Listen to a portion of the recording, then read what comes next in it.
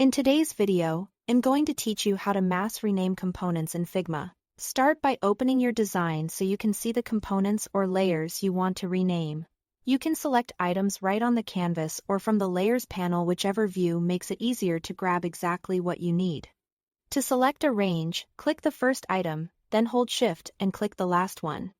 To pick items individually, hold Command on Mac or Control on Windows and click each target. Take a moment to confirm only the items you intend to rename are highlighted. This avoids accidental changes to unrelated layers. With your selection ready, open the Rename modal. On a Mac, press Command+R. On Windows, press Control+R. If you prefer using the mouse, right-click the selection and choose Rename. The modal gives you a focus space to define and preview your naming changes before you commit them. In the Rename to field, type the new base name you want to apply to all selected items.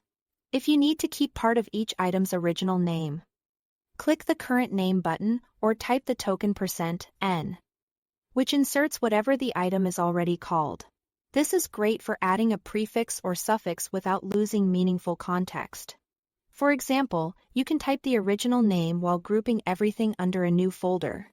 If you need sequential numbering, use the Number Up button for ascending order or Number Down for descending. This will add numbers automatically, so you don't have to type them one by one.